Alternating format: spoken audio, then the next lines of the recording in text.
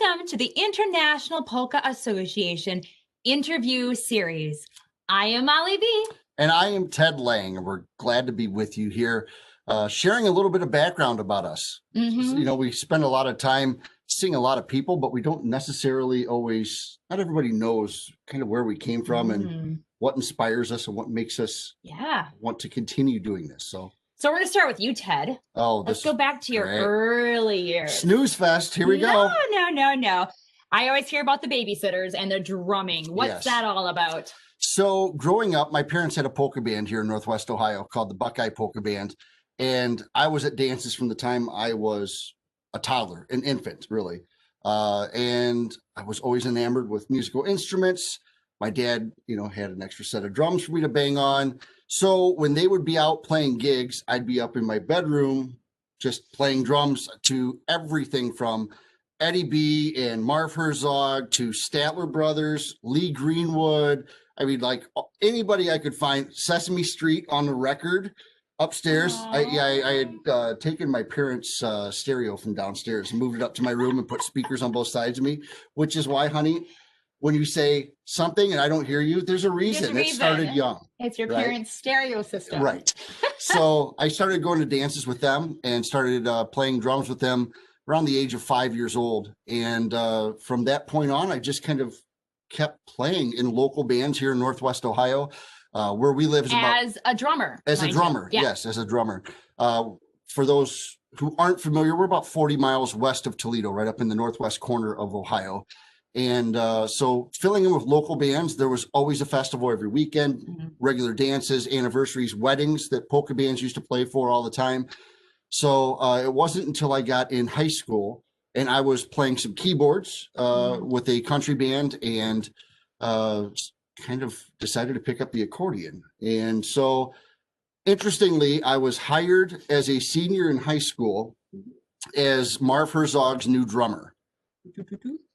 Yep. Just like that? Except, sort of like that. Okay. You have to work on your form, honey. Okay. I'm going to drum every now and then. Just a laughing polka. That's right. I do. Back to his story. Okay. So, I was hired as Marv Herzog's drummer in September or October of 1993. However, in the meantime, before he needed me to start with him, his son had left the band and he had an opening. So he called me up in, I think it was probably February or March of 1994 and said, bring your accordion up to the Golden Glow Ballroom in Saginaw, Michigan, and we're going to play your first gig.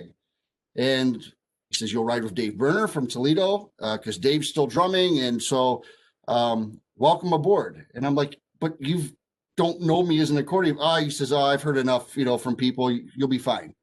So that's kind of how I really got my real start. I mean, in high school, we did some group things where I had a drummer and a bass player, and I'd play accordion. My high school marching band. Yeah, we did it for a couple school concerts. You learning things today too? I didn't know this. Yeah. I'm glad we had this interview. Yeah.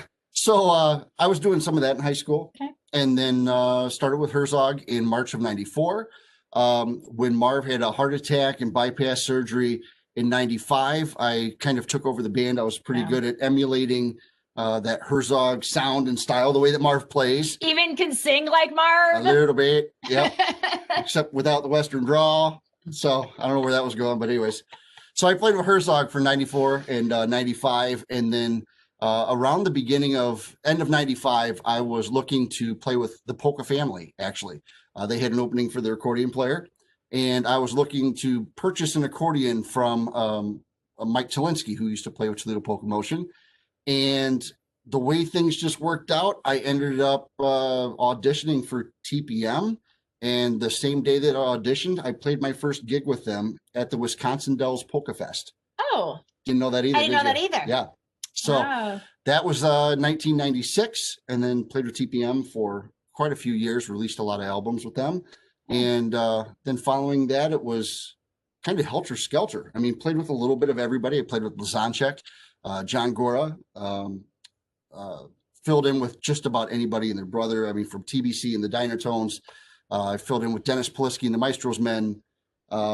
Just really found quite a career to a certain degree with playing the accordion. And then that kind of brings us up to, well, I guess I should back up just a bit. So with Toledo Polka Motion. Yes. And this will kind of be a segue into what we'll eventually discuss, which will be how we got to play together. Okay. But when Toledo Polka Motion, we were playing, the horn guys couldn't play necessarily for all the weekends. So we thought, well, let's start a little sub band and we could play some local gigs in Northwest Ohio, maybe some Oktoberfest and that kind of stuff. So we formed a band called the Bratwurst Boys. And that would have been probably 1997-ish, somewhere in that vicinity, 98. So that was kind of, the seeds were planted for what eventually brought us together musically. Yes. So I think that's a pretty good, I think it's a good start. idea of where things started. So Mollie B, Yes. tell me, how did you get your start in polka music? Well, so my dad is Jim Busta, and he had a band. He started the band the year I was born. So it was very natural for us to go to all the performances. It was my mom and my dad, and then the band members, and then there were 4 kids in our family. Yourself included, of Myself course. included. Yes, 4 total And kids. I loved to dance. I loved to dance. So I couldn't wait for these weekends to come to hop in our band van and go on the weekends. And then at a very early age, they had me singing. And I actually, people always said, what was your first polka? I can't tell you, because I sang waltzes as a little girl. I sang the Honeybee Waltz. I sang a song called At the Spring Waltz, which is a Czech number.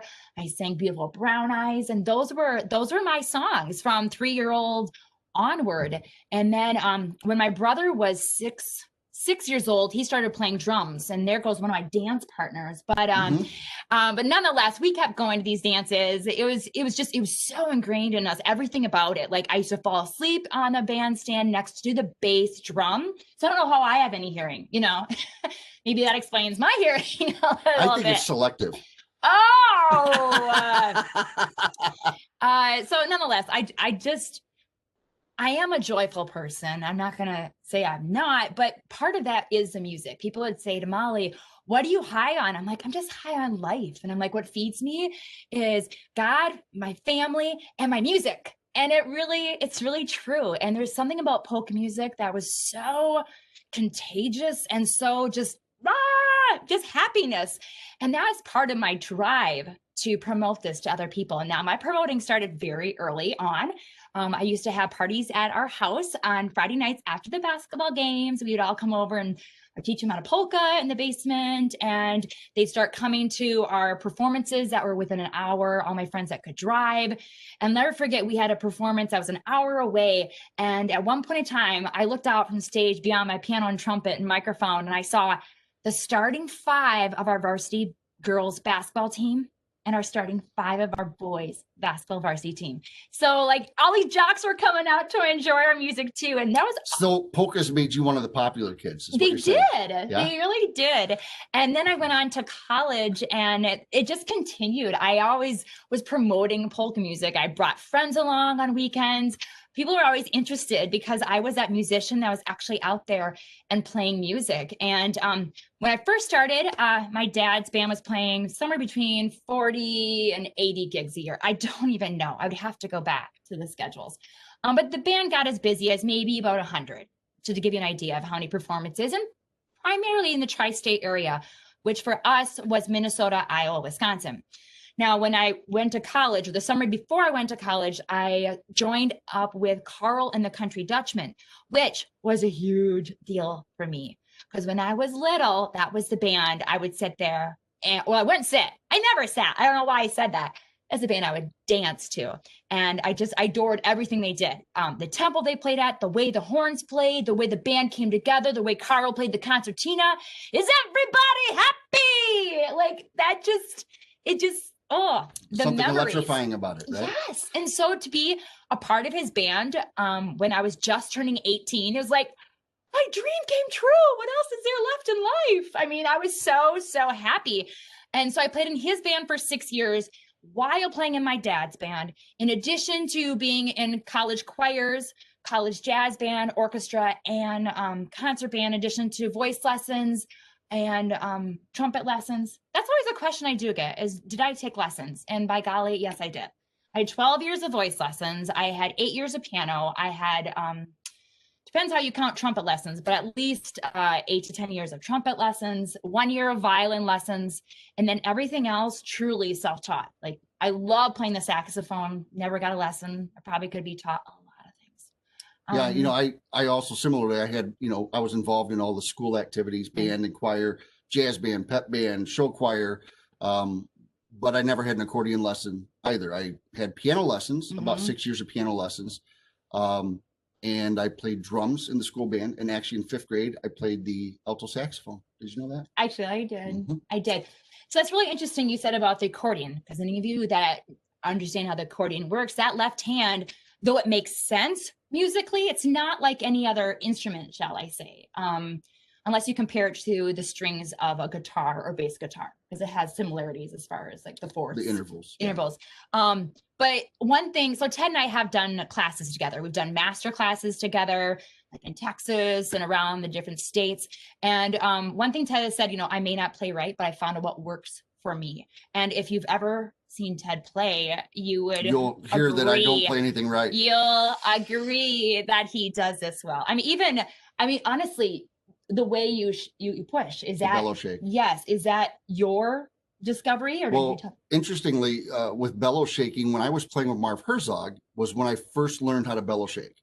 And not from anybody in the band, it was from listening and seeing other guys like Dave Slavinsky from Grand Rapids now, and different people like that. And I was like, I should be able to figure this out. So I used to bellow shake, and there's 2 different mentalities. You can either push out with the bellows on one, or you can push in with the bellows on one. When I played with Herzog, I actually was an outie. I didn't know that. Yes. So I was an outie for 2 years. And then when I joined Toledo Polka Motion and I started watching some of my personal favorites like John Zalasko and Al Pietkowski, Richie Bernier, there's so many others, of course, they would bellow shake pushing in first. Mike Tilinsky pushed in first. I was like, well, they have a different sound to their bellow shake than what I've got. So I had to kind of learn it again because the timing is completely opposite of what you were doing before with playing bass notes and playing the chords. So yeah, I went from an outie first to an innie first. Yeah. So here's an interesting piece of information. Okay. So we both grew up on polka music. The bands that you listened to growing up, like that you really enjoyed, whether it be on records, cassettes, 8-tracks, LPs, whatever. Yeah. Who were those bands and what style were they? What instrumentation did they have? Okay. So I mentioned Carl and the Country Dutchman. So that was usually 3 horns, at least 2 trumpets, and then a saxophone, keyboard that would provide the backbeat. Would also play the bass line too, but primarily for the backbeat, a concertina player, tuba, no bass guitar, and then a drum set. So that was Carl and the Country Dutchman. Another band I liked was Brian and the Mississippi Valley Dutchman. Very similar instrumentation, banjo for the backbeat versus piano. Otherwise, very similar instrumentation. Then there was a band called Ray Dorschner in the Rainbow Valley Dutchman, and they had 2 to 3 trumpets that would double up in trombone if need be. They also had 2 tenor sax players that would also play clarinet. They'd have a piano player, concertina player, trombone, and drums. Now, those are the bands that really, really stood out to me. But I was around other bands as well that would have bass guitars. The only Polish band I heard until I was 18 or 19 was the Mrzinski brothers from Minnesota. We had a cassette tape of theirs. I didn't actually listen to a lot of Slovenian style music either. I got exposed to Roger Bright and Steve Meisner actually once I turned 18. So I think I was drawn to kind of what I knew. And I actually kind of had the mentality like that was the right kind of polka music, you know? It is interesting how that works, because I find that that's true with people, no matter where we go in the country, that they have a certain style that they've grown up with or that they know. So that to them is, well, that's real polka music, right? Yeah. But if you talk to somebody from the East Coast, they're going to have a different definition of what real polka music is than what somebody in Nebraska or Texas or Minnesota does. Yeah. So the style of music that you grew up with was had a lot of Czech music and a lot of German music. Yes. Right. Hence the name Dutchman style. Yes. Okay. So people ask, they're like, Dutchman, what's that all about? They like, is it Dutch? It actually isn't. They changed because it was German music with a Czech flair, or you can say Czech music with a German flair, and they pronounced Deutsch incorrectly, and that's how Dutchman came about. It's kind of interesting, but they've stuck with it. And so that's the kind of music I wouldn't call it Czech music, which is like, I think more march like, at least in the Nebraska Czech. Yeah, I don't know how else to describe it, but that was my primary style of music that I was surrounded with as a child. And that would be what people would define as either Dutchman style music. They call it old time music a lot up in Wisconsin and Minnesota, where I don't hear that in other places. Maybe, I guess, Nebraska and Iowa, you hear it there a little bit. And then Oompa. That's obviously Oompa style music, I guess, is for lack of a better definition as well. Those three are kind of used to determine or to describe that style. Yes, right? But I must admit, I actually don't like the second two. I don't like old time, and I don't like Oompa. Just the definition of them? Yeah, Oompa just sounds like oompa, oompa, oompa, and it's so much more than that. It is. Interesting little tidbit for you, but growing up, so as I mentioned earlier, my mom and dad, they had some records from different bands, and they included Marv Herzog and Harold Midas, Sorgen Brecker, a lot of local bands, but we also had albums by the New Brass. I remember we had the Sounds Up in the Attic recording. We had a bunch of Eddie B recordings, a Gamolka or two recording. So for me, growing up, we didn't have a lot of those Dutchman style bands here in Northwest Ohio. So I heard something entirely different than what you heard. And what we come to find out years later was that we actually know a lot of the same songs because the different genres actually share so many of the same songs. Oh yeah, most definitely. Like it cracks me up when we get to a Polish festival and they want to hear a song that definitely has German roots or just the opposite. And it's great. It's a great thing.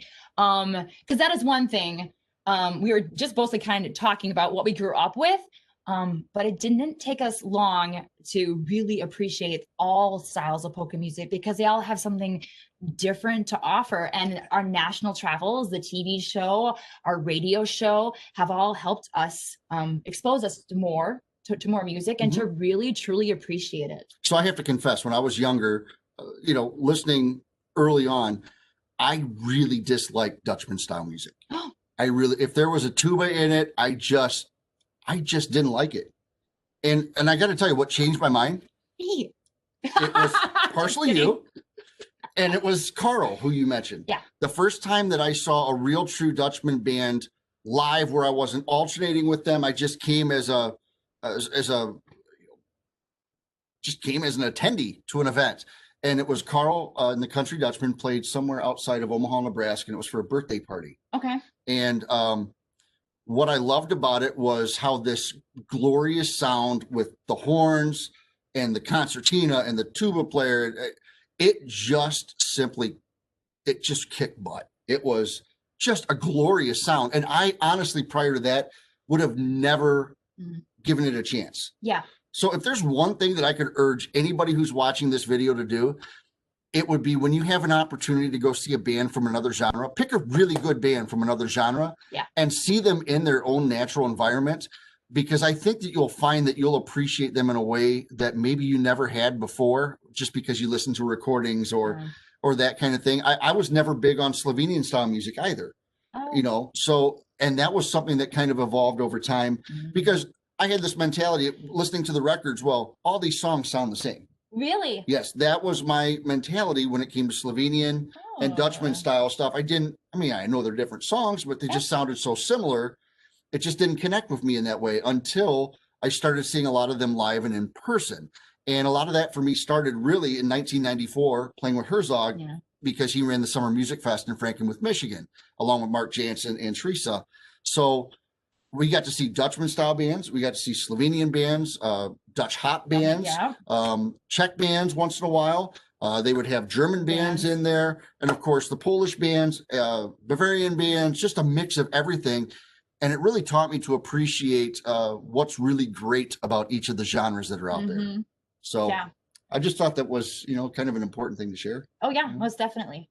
Most definitely. So did you hate any style of polka music? I mean, not hate, but really disliking style when you were younger? If there was anything, it was Nebraska Czech, how march-like it felt to me. Okay. Because when I grew up with Dutchman, when you play Dutchman music, you actually don't play straight eighth notes. And it's kind of funny. It's kind of swung a little bit. Yeah, it's swung. And so when I heard these straight eighth notes, like, that's not right. And I like it now. But when I was younger, if that all I knew was my Dutchman and I'm hearing these straight eighth notes and it's, so almost, I don't say choppy, but it didn't gel with what I knew. So that would probably be it. And no offense to my Nebraska Czech friends, because I love your music. When we did the first Mollie Polka Party taping, we had some great Czech bands. We really got educated in a hurry. Oh, we did. And just to hear them and just, Jim Botnicek, Mark Viladal, Dean Hansen. Oh, we had some of the great ones. Yes. We were really fortunate. And and that's been really part of our story, is we've really tried to take as much in as what we can through our travels, through all of our experiences that we've had. Mm-hmm. So we kind of finished off like at the college age. Now, you graduated college with a degree in music education? Well, no. Okay. Music and management. It kind of was a music management degree, but technically that's where she learned to boss me around. That's where I learned to manage our band. Thank you very much. It was a music major and a management minor. Then I went on, believe it or not, just to teach. And I shouldn't say just to teach. I absolutely loved teaching. And it was one of those things, I actually got a call from the superintendent from schools when I was a senior in college in March before I even graduated. And I hated telling him the disappointing news. Well, thank you, Mr. Lehman. I'm excited that you want to have me come teach your school, but I didn't get my education degree. And he said, don't worry about that. I want you to come in. I know enough about you. I think you're going to be good. So I went in for an interview and it was like this instant click. My passion for music and my education of music and music theory was a perfect combination for teaching. And I loved teaching in Lanesboro, Minnesota. Taught there 3 years. Then I could no longer teach without a permanent teaching license, or I guess I was under a community expert license. So then I went to get my master's from St. Mary's University of Minnesota in Winona, Minnesota. And that's where I got my teaching license and my master's in education. And then I taught a total of 8 years in 3 different school districts. And you were still playing almost every weekend. Yes. I was only a full-time teacher once. And the other times I never opted to be a full-time teacher, though it was offered to me.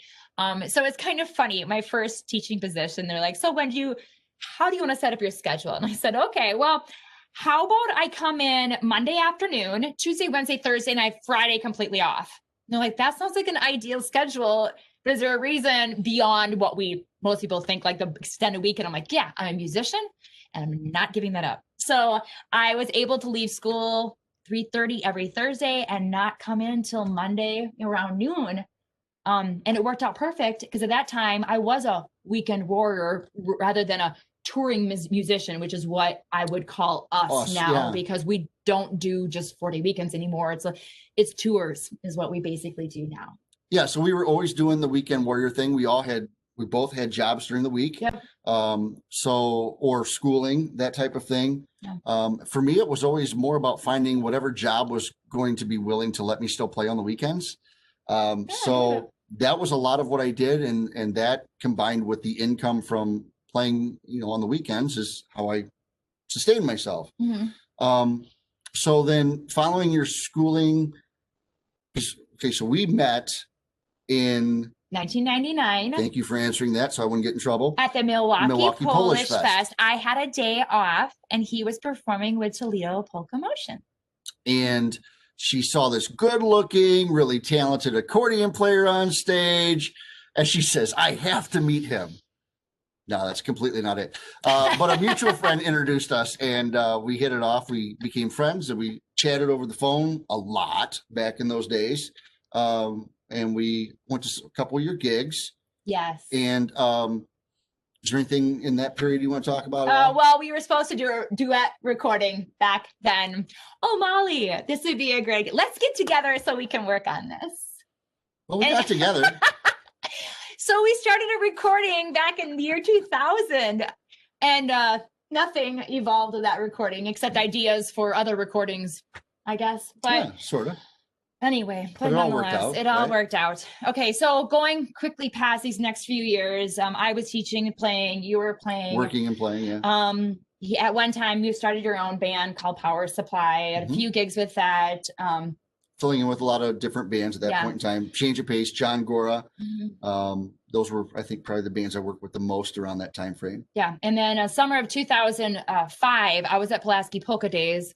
Any chance I can get to go out and dance, I will. So, and I had a day off, so I was up at Pulaski, and Ted approached me. So, Mollie, how's it going? And that conversation actually started us communicating on a regular basis, like every 2-3 days. Like we started talking again.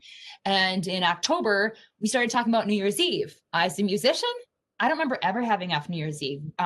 Because I should have said this, but I started playing as a regular member when I was 10, 11. I can't even remember right now. Was that long ago? Is that long ago? Oh my gosh. But yeah, I was young. I was 11. I take it. I know I was 11. And so, I mean, I don't remember life as a normal person. I don't think I ever had life as a normal person. On New Year's Eve, especially. Yeah. It was the same way for me. Yeah. Every New Year's Eve we played somewhere. So I'm like, I don't have a gig. And he's like, well, and the wheels. How was that? It was, well. And the wheels started turning, and For you. He invited me to come out play with his band, the Bratwurst Boys, going back to the band that was started with the Toledo Polka Motion, that whole thing. They were playing at the Bavarian House in Deschler, Ohio. It was him, his drummer, Dave Brenner, his mom on second accordion, and said, why don't you come along? And my thought was, Ted, I don't know all your Polish songs, and I don't know all these things. He said, no, trust me, you will be fine. And it went really well. We knew so many more of the same songs than what we had realized ever thought. Yeah. And part of it is because I had never heard Ted play anything, and I mean anything beyond polkas and waltzes. Growing up in a polka band in Minnesota, you play 1/3 polkas, 1/3 waltzes, and 1/3 foxtrots, two-steps, you name it. It's some other combination. And that's where a lot of my vocals would come in. So I was ready to sing all these songs if you wanted. I didn't think a single one would happen. And here that night, I sang a ton of songs in 4/4 time because that's what the crowd wanted. Played for a dancing crowd, and at different venues where we play, the crowd, frankly, is not able to dance polkas and waltzes all night. They have to take a break. There's just no way they can do it for 4 hours. Yeah. So, one of the things that has always been important as we've been performing together, from that time, is really playing a wide variety of music. And the key is doing a wide variety of music well. Yeah, okay. We try to keep things moving, so you won't find us generally, unless there's some sort of issue we're trying to resolve. Yeah. Generally, you don't find us spending a lot of time in between songs. We try to rip through as many songs as we can throughout the night. Yeah. We understand people are paying a fee to come and see us. So the goal is to do this professionally and to do this the best way possible with the sound system, with the selection of songs, the variety of music that we play, and the way that we interact with people. I think people have gotten to see a good look into our lives during this whole pandemic thing because of our little videos at home and how we really react, and they see this is real. This isn't just like this act that they do on stage. And and I hear it still from they're like, so Mollie, is it really like that all the time? Is she? And the reality is, yes, you will never find anyone with a bigger heart who is more respectful to people, cares about people, and genuine. Genuine is probably the best way to describe Mollie in a word. So what you see is what you get with Mollie, which is one of the neat things. She also has a certain charisma about her. I think kids look at you like a Disney princess to a certain degree, but kids are just drawn to her and the music. So when Mollie gets involved in the music, starts bouncing around on stage, the kids who are watching start bouncing around, and you're just really a good role model and a good influence for a lot of people. And I wanted to make that point so everybody understood that you really are real. You are what as you appear. Yeah. So you're welcome. So anyways, we were going to move on. So we were at our first gig, New Year's Eve. And what year was that? 2005. Okay. So the gig gets over, we're packing up, and Ted and the drummer approached me and they're like, you need to come back. You got to come back. Yes. And you got to be part of our band. And I'm thinking, I live in, actually at that time, Wisconsin, near La Crosse, Wisconsin. I was teaching in that area. And I thought that was crazy to do something like this, but at the same time, it was fun. It was something different. It was different enough to keep it just exciting and just something. I enjoy musical challenges. So our first year we performed together. We did 8 performances. Woo! Yes. 8. So that was in 2006. 2007 comes along and we do 16 performances, but this does include the changing of the band. At this time, we now decide to go as a 3-piece band, which with intentions of traveling more. We did our first long distance gig in May of 2007 to Branson, Missouri, where we played on the Big Joe Polka show. That's our first exposure on TV. Also in May, we released our first recording, which was Squeeze Me in 2007. So that was that year. The following year, so we did 8 gigs the first year, 16, and now we're at 32. We did 32 gigs that year. And then the following year, we did 64. It was this odd doubling that was happening, but we were really building ourselves and mind you, this is while at the same time, Mollie is still playing with Carl and the Country Dutchman, filling in from time to time. You're playing with the Jim Busta band, filling in with other groups. I was at the time still playing with other bands. You were teaching during the week. I was working during the week. Yeah. So it was a pretty busy 7-day-a-week, schedule. Yeah. Pretty much year round, especially when we were getting up to the 60-some gig mark. Yeah. 2009 is when we released our second recording called Freshly Squeezed. And that's when in my opinion, we went a little further out as far as music styles and pushing ourselves a little bit more. And traveling more at that point in time, meaning as far as distances and playing. Our first Texas gig was that year. We went out to the East Coast. That was our first time we did that. It was right around that time. So we really were starting to be exposed more. And then we also started going more towards my homeland, Minnesota, Wisconsin, Iowa. So we started covering those territories. So moving on, 2011 was a very exciting year for us for multiple reasons. Okay, so let's just kind of give you what happened this year. So let's even back up by one day. On December 31st, 2010, Ted proposed to me. Oh. Mm-hmm. March 5th. Look at that. Love. Ah, yes. That's even us on our wedding day. Oh, so was that one. Then March 5th of 2000, I'll skip the year. Okay. So March 5th, Ted breaks his leg. Okay. We've got. Slipped on the ice, broke my leg. Yeah, ankle. And so this takes us out of commission for 2 weeks. And don't forget, we're musicians. Is how we make our money. And we decided at that point in time to pretty much perform full time. I hadn't yet. I was still teaching. You were still teaching during the week. Yeah. But you had some flexibility. And, yes. And I think I had made the decision I was going to, we were going to try to do this as much full time as what we can. Yes. Okay. So then let's fast forward just by 2 weeks. We get a call from Patrick Gotch of RFD TV in Omaha, Nebraska. Basically, Mollie, we want you to come out here. We've got some ideas for an upcoming polka show. Okay, great. We'll be out there. And I think 10 days later, we were out there. And within half an hour, all these things came together. It was, Mollie, we want you to be our new host. This is what we're thinking.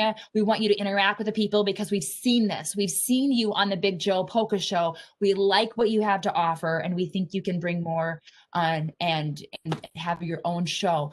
And so it's just, all those details literally came together in half an hour, including another dream come true. And that was a Christmas show. I've always loved Christmas music, and the chance to do a full stage show in a city that features shows like this, which is Branson, Missouri, really was a dream come true. So we said yes to everything and did not know how quickly everything was going to take off. I felt like we were leaving there and ready getting calls from RFD, whether that's truly accurate or it was just within a couple of days. It was very quickly. Very, very quickly. We were told go, go, go, go, go. Yeah, and we're going to tape. We're going to be on this date. We've got a hall booked. We've got this and that. We need you to book 32 bands for the middle of the week. Yeah. In Nebraska in June, I think it was. It was June. Yeah. It was just like jump. And we had to jump. I mean, we agreed to this. We're going to go for it. And there were many times it was difficult and we didn't know what we were getting into. But our strengths, our individual strengths helped each other through this whole process. There's just certain things that Ted's very strong in. There's certain things that I'm strong in, and we went as a team. Yes, I was the host of it, and I had kind of some final say on things, but I really trusted Ted and a lot of decisions he was making, and he was good with some business aspects of it and communicating with the bands. And Our first taping, like he said, took place in June of 2011. 32 bands. Ted contacted all of them, and it was quite a feat to even get some of them signed on. They didn't really quite understand who we were and what we were about. And I can tell you folks, what we're about is bringing forth polka music in the best light possible. Things that matter to us are quality, whether that's visual quality and audio quality.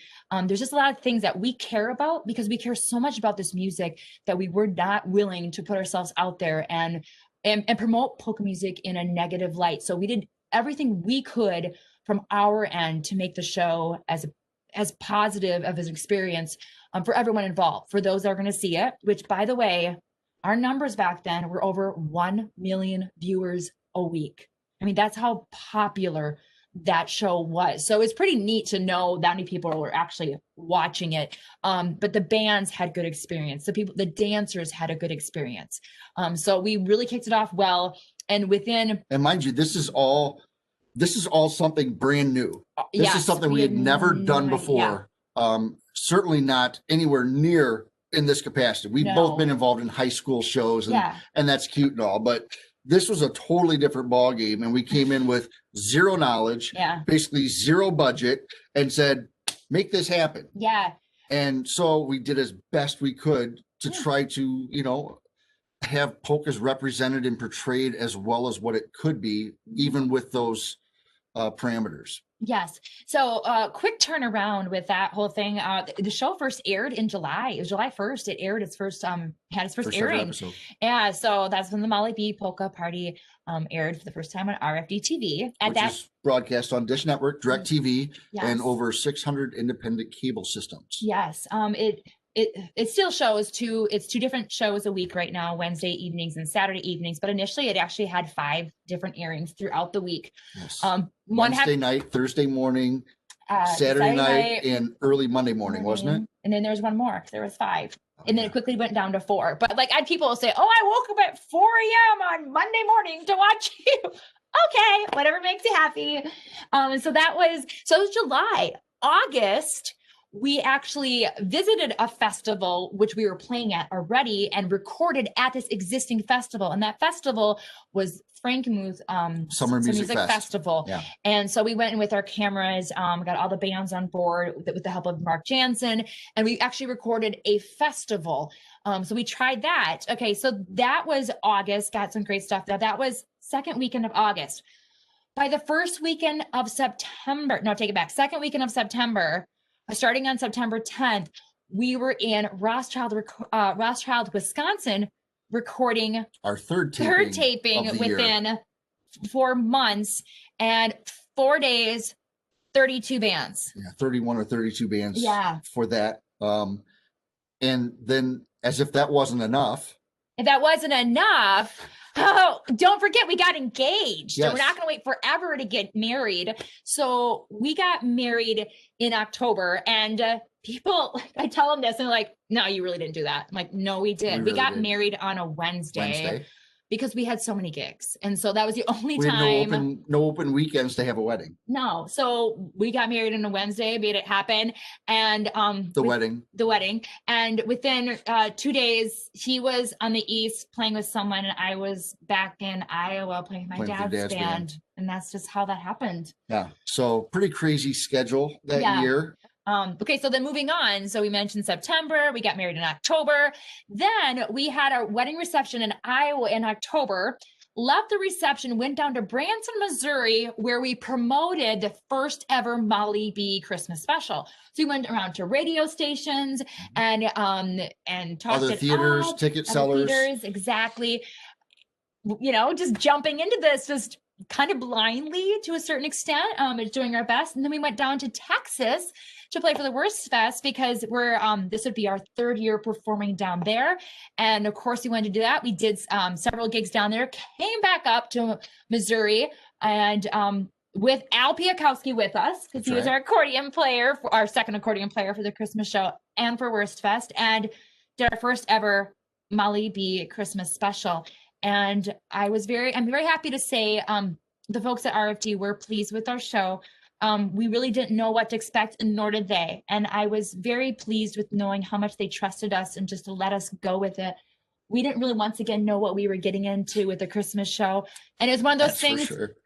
There's a couple of them like, how's this going to come together? There's going to be so many people watching this.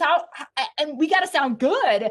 And you had two shots. You had your afternoon show this year. You had your afternoon show and your evening show.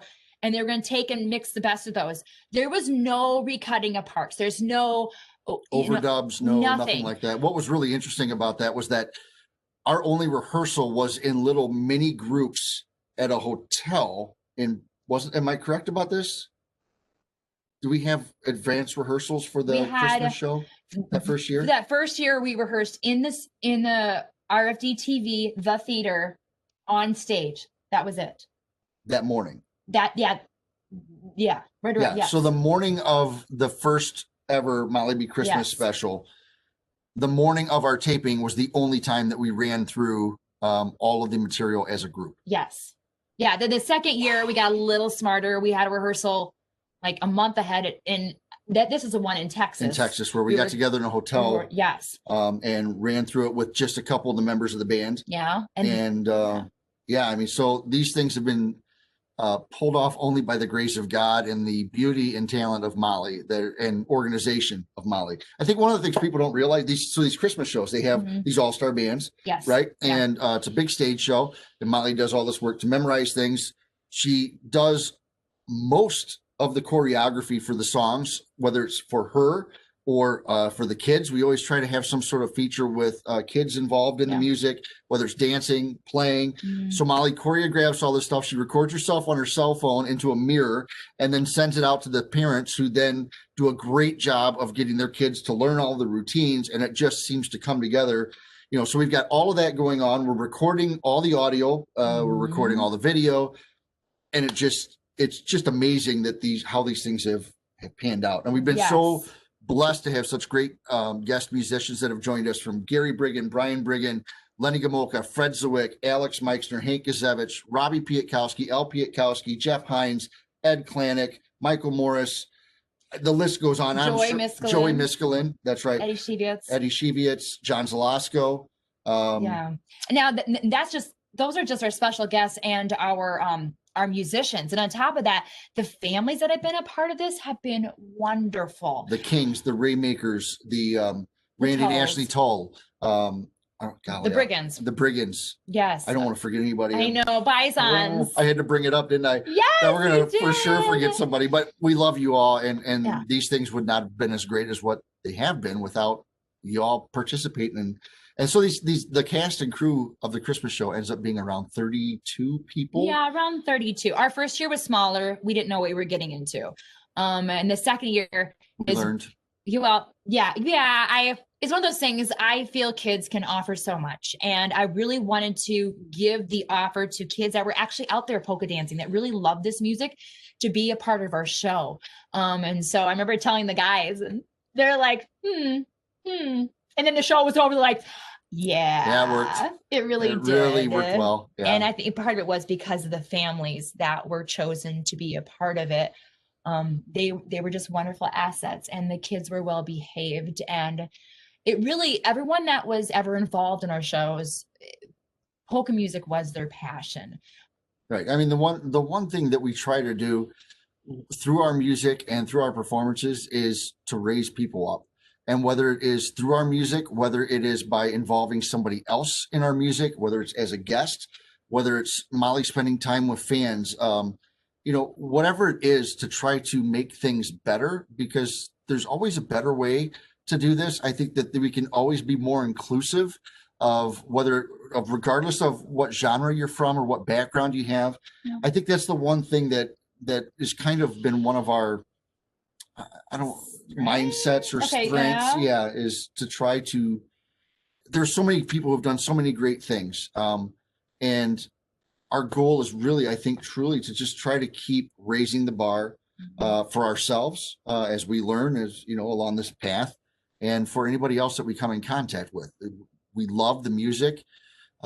We believe it's a very viable form of entertainment. And if presented the right way, I think stands a strong chance for a strong resurgence. Yeah. So, and again, these Christmas shows are part of that as well. Yes, they are. So those have grown over the years. We've done those. Yes. They now take place in Reedsburg, Wisconsin Yeah. annually. Yeah. We've talked about maybe doing a Christmas show on the road at some point and doing a tour.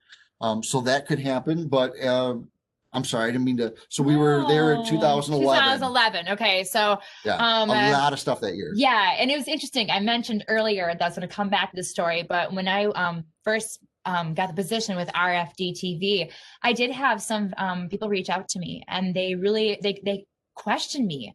I'm way too young to know this polka music. I don't have enough experience. This is not going to be, this isn't going to be good. This is, I got negative emails, and oh, and also my hair color was the wrong color. I mean, the most random and odd things.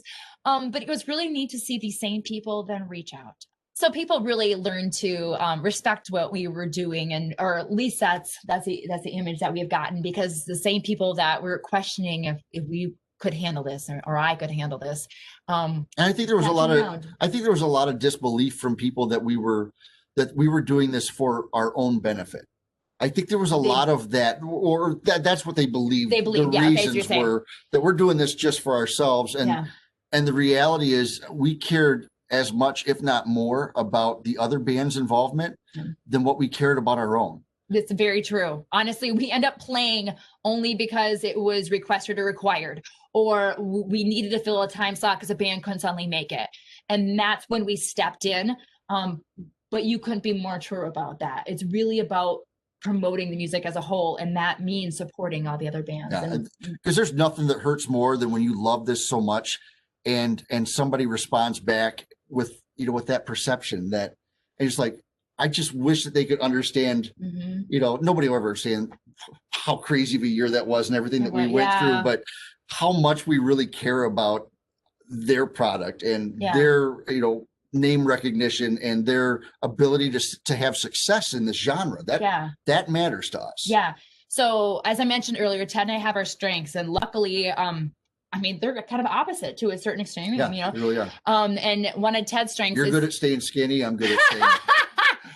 Now, though we both understand sound, Ted just really enjoys it, and he's educated himself on sound. So people, I know people want to know, like, what is your education with sound? Have you taken classes? I did take a brief master class from Sweetwater Sound in Fort Wayne, Indiana. That was kind of a 3-day class, a quick run through it all. But I've had some people out there that have been really strong mentors for me. Gary Ramey has been a great one. Ed Klanick has been another great one, who are always willing to share their time and their knowledge and their thoughts. Don Hunjady as well. They've always been willing to take a moment with me and explain things, or to review something and say, yeah, so I think you missed the mark here, and this is what I think you could improve, or I'm hearing this. Yeah. And through the years, back to when I was playing with Toledo Polka Motion, when we would record, Gary somehow magically had enough courage to let me sit behind the board. And so I would help record some of the parts. And then did more recordings there with John Gora.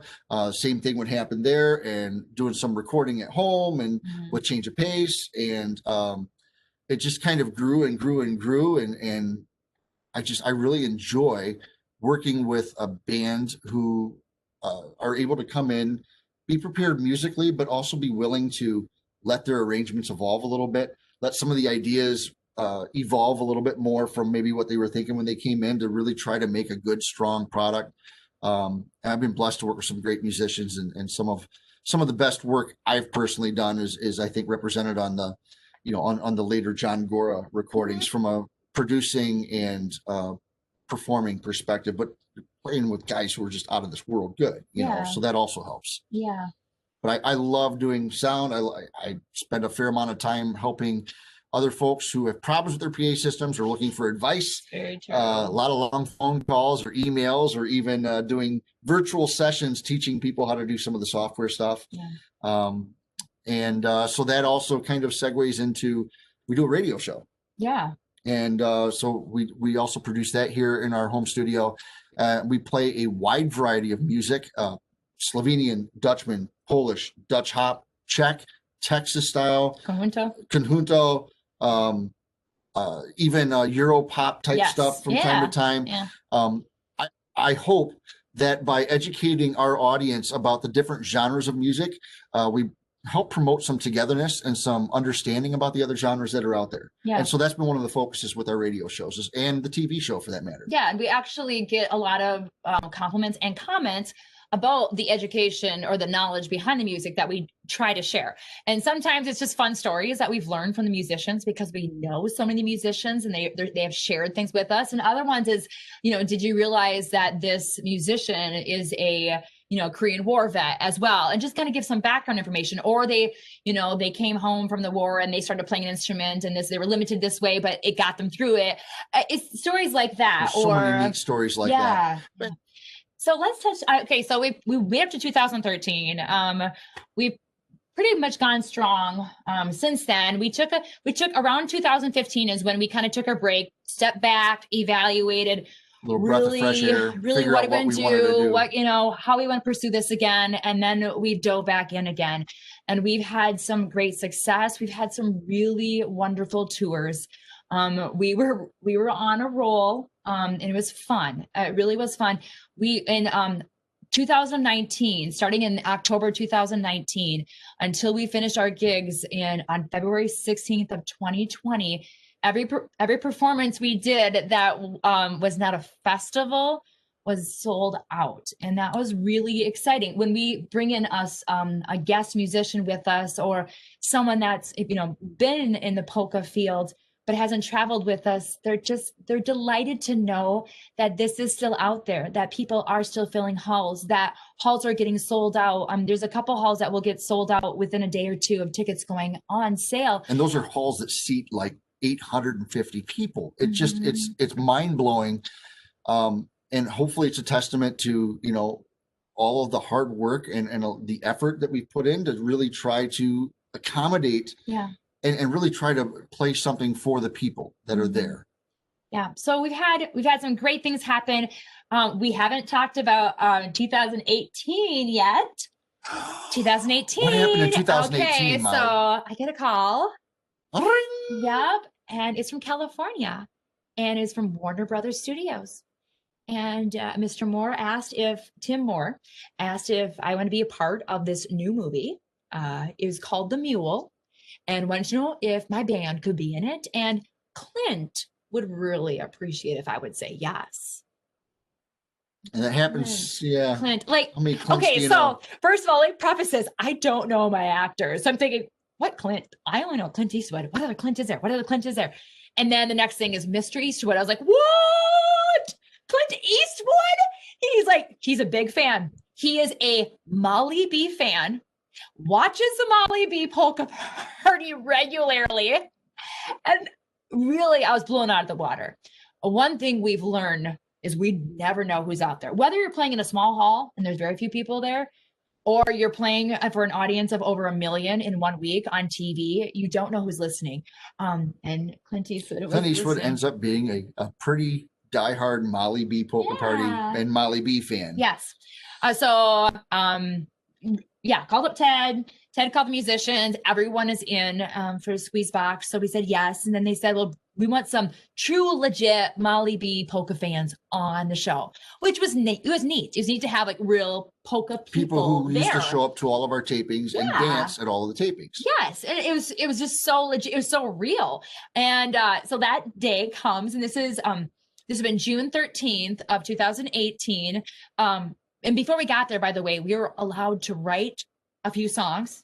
And if Clint liked one or two, they just might make the movie played by us. And he liked it. He liked a song called A Day to Say Thank You. So we went in prepared, ready to play that and a few others. And we get there that day and we're all just, kind of anxiously waiting. And Clint walks in and everyone gets really quiet out of respect for him and just kind of shovels his feet along the floor, kind of staying in character a little bit too, and points his finger right at me and says, Mollie B, I watch you every Saturday night. It's true. And if Mollie would have thought of it, the correct response at that point would have been, you just made my day. That's right. But we had so much fun. You know, it was so cool because all of the grips, the camera guys, the sound guys, the hairdressers, everybody was totally into this polka party that day. Everybody's wearing Mollie B hats. They got shirts on, polka shirts, and just had a ball. I couldn't tell you how many packages we had to send out to California after we were done with the taping for folks who weren't able to get Mollie B stuff that day or wanted to get more of it. Yeah. It was like, and they were so, like he said, they were excited. They were excited to have us on set. Like we've been looking forward to this. And then when the day ended, whether they said it to make us feel good or not, they're like, this was fun. This is probably the most fun we've had. Clint has a twinkle in his eye. He's enjoying it.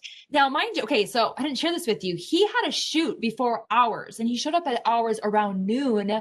We did a 5 o'clock-ish supper break and then came back and shot until 7:45, around 8 o'clock that night. Yeah. Does that sound about right? So he's easily on set for a solid 12 hours a day at that point in time. 88. And probably in the vicinity of 16 hours he would work each day that they were shooting. So pretty amazing because Clint was 88 at the time. Yeah. Okay. Amazing. So the day gets over. By the way, I wasn't feeling well that day. I wasn't. I had aches all over my body. I knew it was, didn't even know COVID yet, so it couldn't have been COVID, but I was feeling so achy and I looked at Ted, I'm like, I feel horrible. I'm like, hey, gotta play. I almost was fearing the movie coming out to go, oh my goodness, how bad. How sick did I look on camera? Because that night I took you to the ER.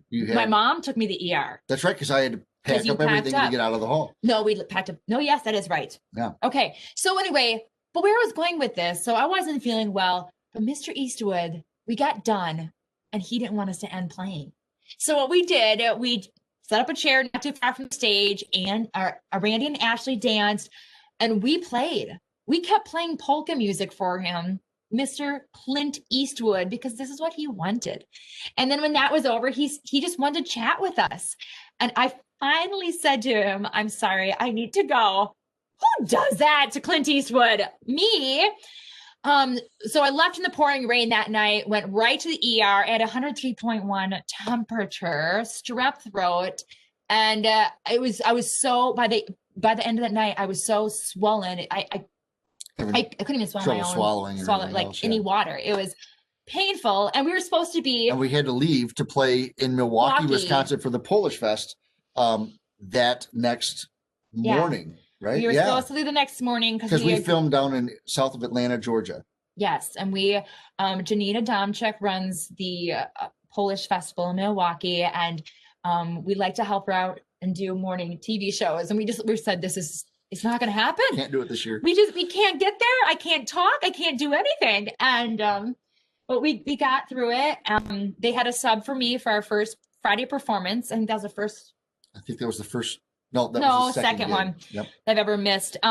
So, and then in day 2 came by, some of the meds had kicked in. And, I remember even singing some crazy stuff on that second day, but we got through it. And that's just one thing we do. Also, we kind of barrel through it. Like when you broke your leg and when, after you had some hard things and I had this, we just kind of still get up on stage and we do. Life goes on. Yeah. We love what we do. We're driven to do what we do. And so we just keep at it all the time. Yeah.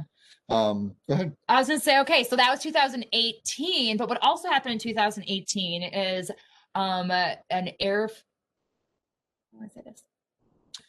they flew a flag in the Middle East in Mollie B's honor. Yes, it is over Syria and Iraq, and it was the Air Force, a squadron. That's what I was looking for.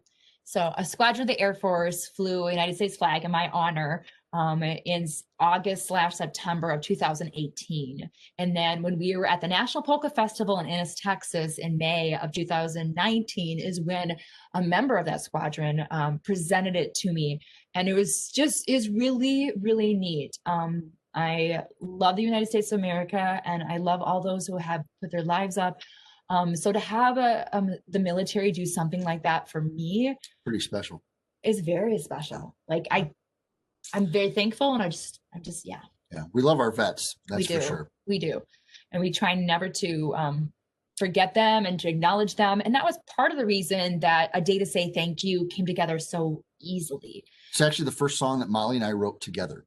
Yeah. She wrote the chorus, I wrote the verses. And I wrote the instrumental. And it just kind of worked that way. And it really is kind of our tribute to those who have served. Mm-hmm. And it's yeah, we love to do it, and people are enjoying the song, and it has a great message, and especially the verses, they really, I think they speak well. Yeah, they really do. So yeah, that kind of brings us to present day. I was inducted in 2018 to the Hall of Fame, and Ted was inducted in 2019. Mm-hmm. And we were on a good roll. Our current band is Dana Lindblad on drums and Joe Poper on guitar and vocals. And Joe, since he joined our band, has not missed a single performance. He's there every time, ready to go, and just amazing. And then we also have some drum substitutes that will fill in: Chris Dozak, Alex Panecki, Jeff Hines. Those are the main ones. Ed Klanick has a few. We've had Jeremy Seelig drumming with us through the years. Also, we can start that whole list. Yeah, if Dave you want. Burner. Yeah, I mean, there's been a lot of people who have helped us out through the years, but we're currently a 4-piece band for those that aren't familiar with us.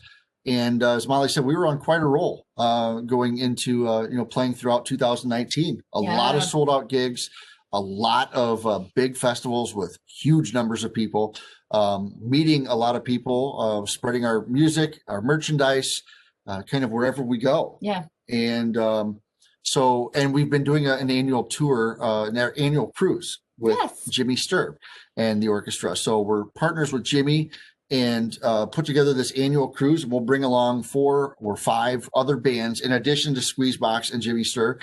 And that happens every January. And so then after that, every January, we would play, sometimes before and after, we would play in Florida. Mm-hmm. Then we would go to usually Texas, and we would do like 9 out of 10 days in a row or something like that. Then this last year, we went from Texas to Arizona and played 5 gigs in 4 days. That's right. There, and then headed to California and played 2 sold out days there before our kind of winter tour was over. Yeah. Not realizing that it would really be over here in 2020. So come March with the shutdown, it was like someone just took a spigot and just closed the valve off. It presented us with a unique challenge because we are full-time musicians. This performing and selling our CDs, our merchandise is 100% of how we earn our living. There's no benefits provided with this. It really is, we're just self-employed full-time musicians. Mm-hmm. So when things started shutting down and things started canceling, it presented a unique opportunity for us to continue to evolve. Yes. And try to do something while so many other people were suffering. So we started streaming. Yeah. We started by doing a daily video on YouTube back in, it was the end of March? Beginning. So it was March 11th. It was actually the very night that Trump announced how the borders would be shut. I remember looking at Ted and said, "This is what we need to do." And without even like thinking about it, he goes, "Yes." And it's because we are musicians. We want to continue to share our gifts, and we knew people would be at home. We knew people would be, I would say, stuck in nursing homes, but we had an idea of really like what was kind of what we were going to be facing here, and we knew we could bring joy to those people. So we started doing daily videos, and that was a big thing to do every day. We had no idea when we said we'd be doing a daily video. It started off with us playing just the 2 of us in front of an iPhone. Yeah. And then it evolved. And then it evolved because it was like, well, we should do a couple different camera angles here. So then it was a couple iPhones. And then it was like, well, we should do better audio on these. So then, okay, well, let's start multi-tracking.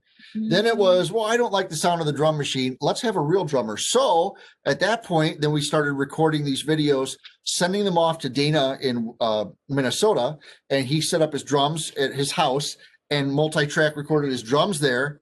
In front of a green screen. Yeah. And then he would send us back the tracks. We put it all together, edit it down, and post it. And so we did 70, how many days in a row was it that we did a song? Actually, I don't know that number, but it's at least 70, if not upper 80s. Yeah. Yeah. So every day for the first 70 or 80 days of this pandemic for us, we did daily videos, and we started doing live stream on Tuesday evenings at 8 p.m. Yeah, that's Eastern time. Yes, that started on April 7th, and we've gone every single Tuesday with 2 exceptions for good reasons. And but it's been great, and those have evolved. Those have evolved and changed tremendously. Yeah, I went back and watched our first one just the other day. Oh, yes, cringe. But so what we've done, we play polkas, we play waltzes, we take people's requests, we do variety music. We do our best, honestly, not to repeat songs, but as we all know, there's only so many polkas. And people have favorites that they want to hear.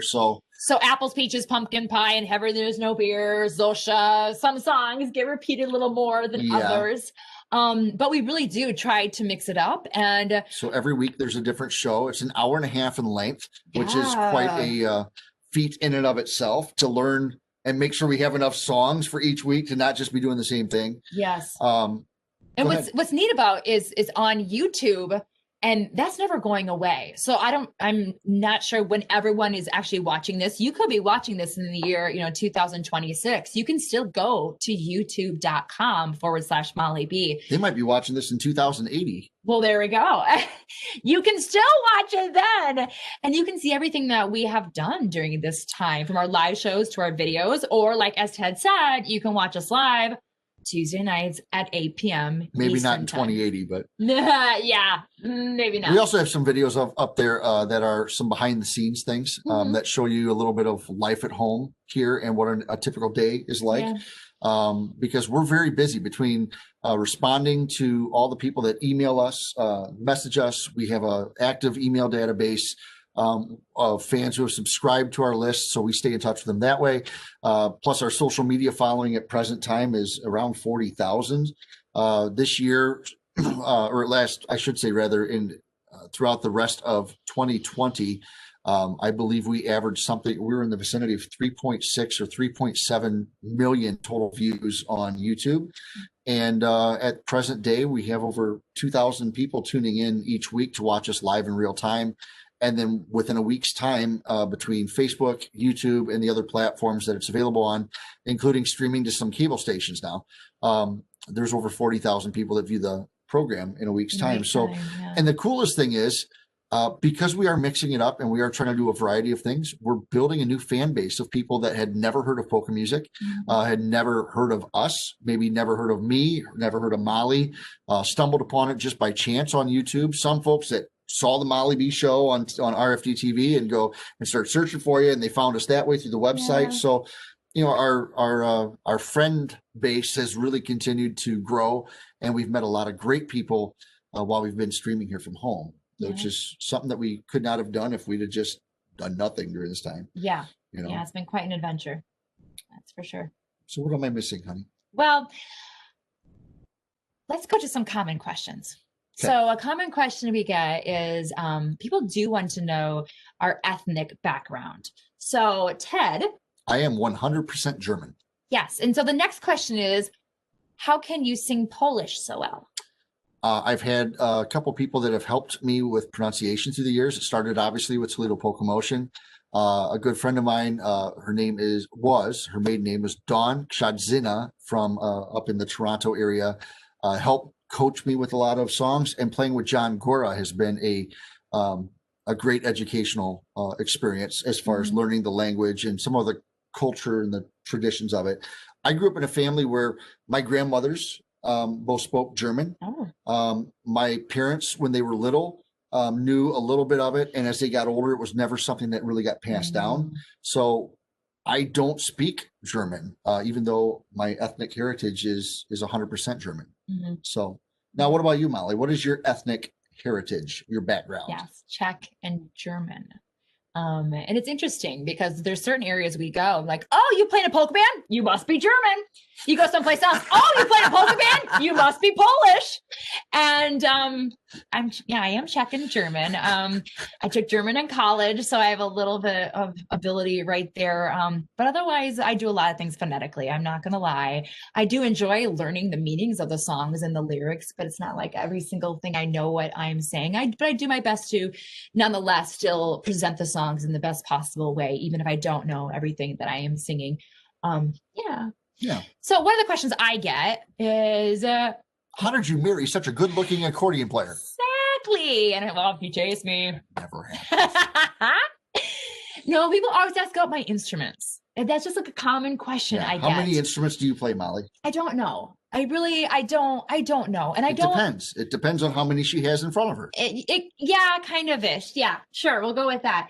I'm one of those people, I love to play different instruments. And if I can get through a song on an instrument, I will.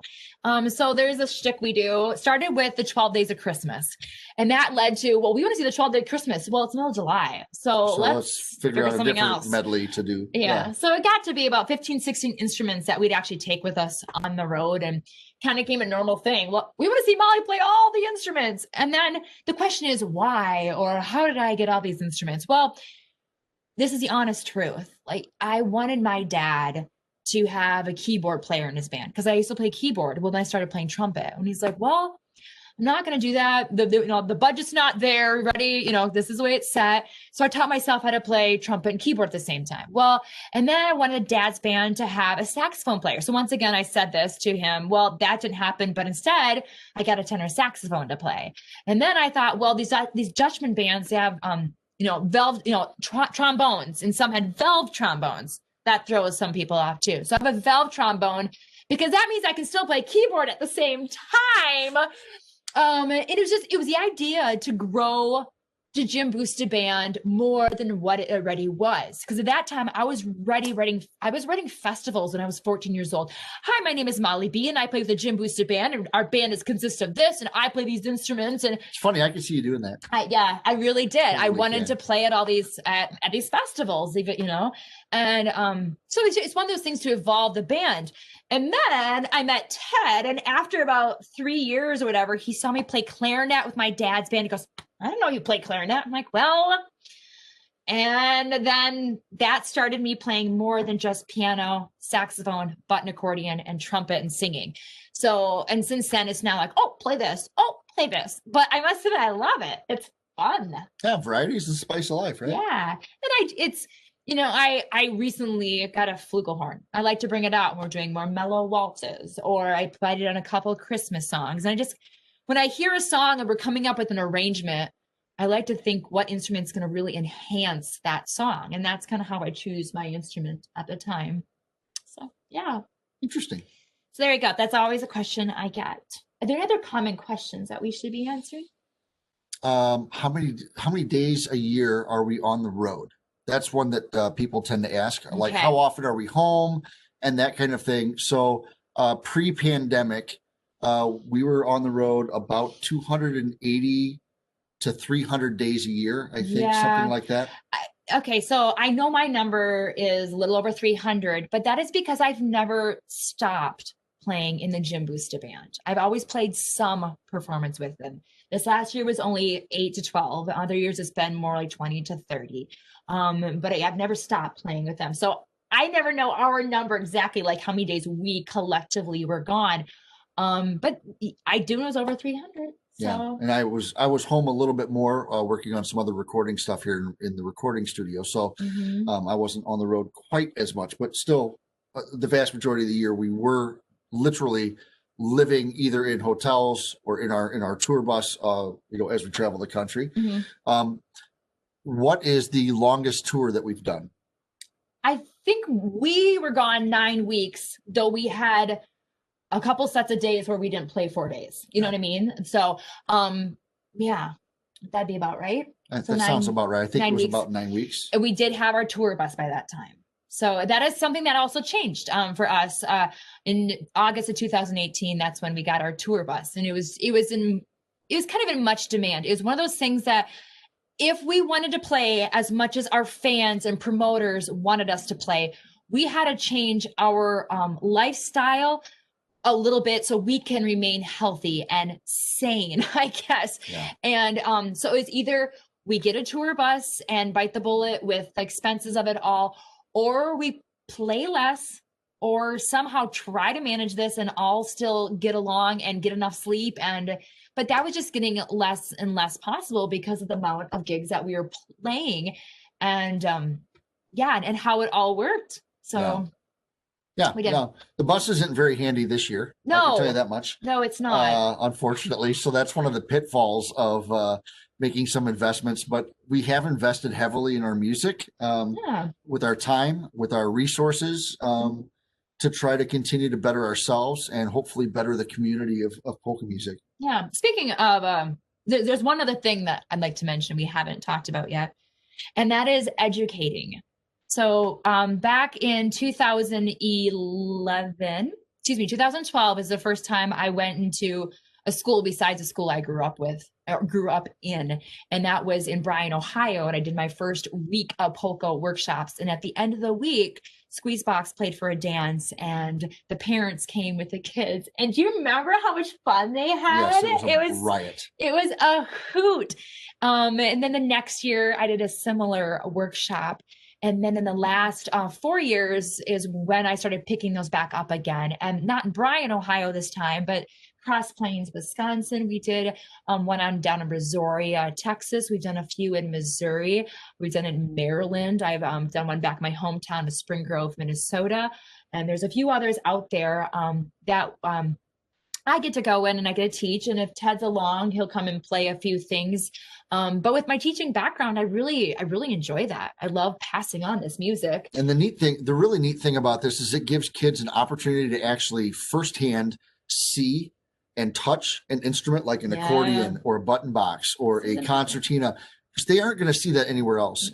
And I think the real hope and goal is that by doing some of these educational things, we would be their first contact ever, their introduction to polka music, as opposed to the ever popular scene from Home Alone, John Candy in the back of the U-Haul, which doesn't exactly shine the most positive light on our genre of music, on polka music in general. And so I think it's a really neat way to initiate the kids into the music, to bring some involvement to them and some understanding. So it's not so out there. It becomes more normal if you can start to ingrain this in kids when they're young. And I'm hopeful that we're going to find more ways to reach out to the youth in schools, to be able to help educate some more about the music, to educate about the instruments, and to build more interest, to get another, an uprising of new musicians, new polka stars that we all used to look up to. And that's something that I think we really need in this day and age where, unfortunately, there are so few of those big stars that really have charisma and star power, who are really out there pushing it. Yeah. And I think that you remember back to the days of, Six Fat and Babe Wagner and, Happy Louie and all these people that had just tremendous charisma. And we're kind of missing that today. And so I'm hoping that through some of these educational efforts, we can build tomorrow's polka stars. Yeah. And people ask, like, so how do the kids respond? They love it. Yeah. Yeah. It's amazing. It really is.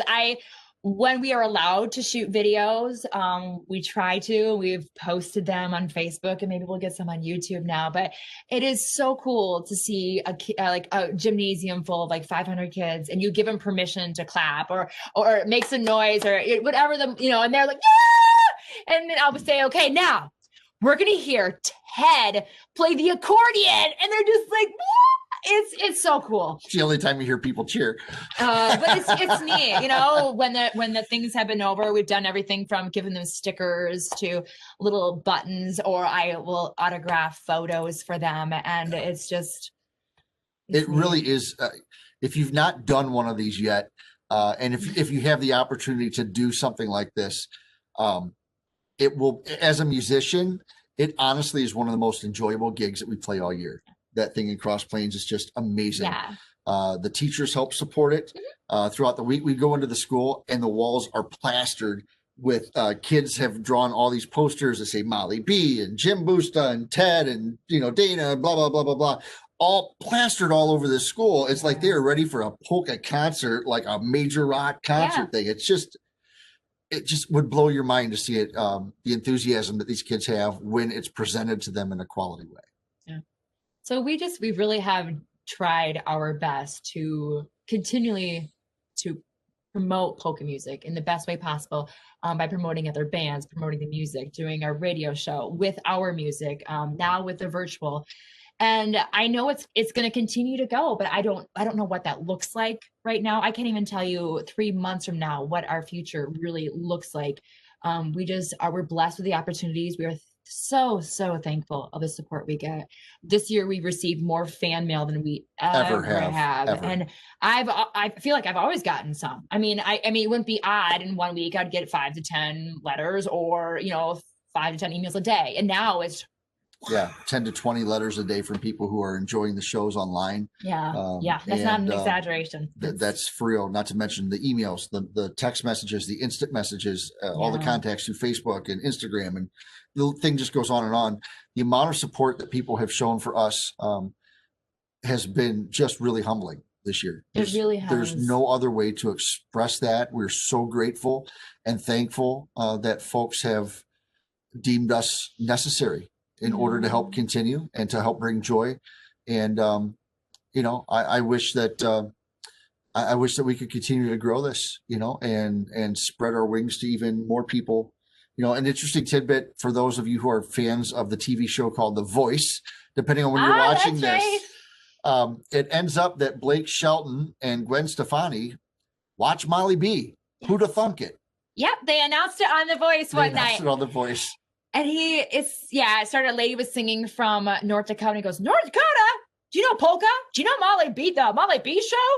And then Gwen says something along the lines, we love Mollie B, show. Yeah. And then he said something about taking the Polka's taking the world by, or taking the world by storm or something. So something along those lines. So Blake Shelton said that on The Voice on national television. Again, it just goes to show you that you never know who's watching. And so in our position, it really is important to be putting your best foot forward every day. Yeah. We enjoy, having a party and celebrating like everybody else. But I don't enjoy us putting forth an image of a bunch of drunks on stage. That's just not something that we're going to do to try to bring the music forward. I think we're trying to bring forward a family-friendly message and doing our best to do what we can. Yeah.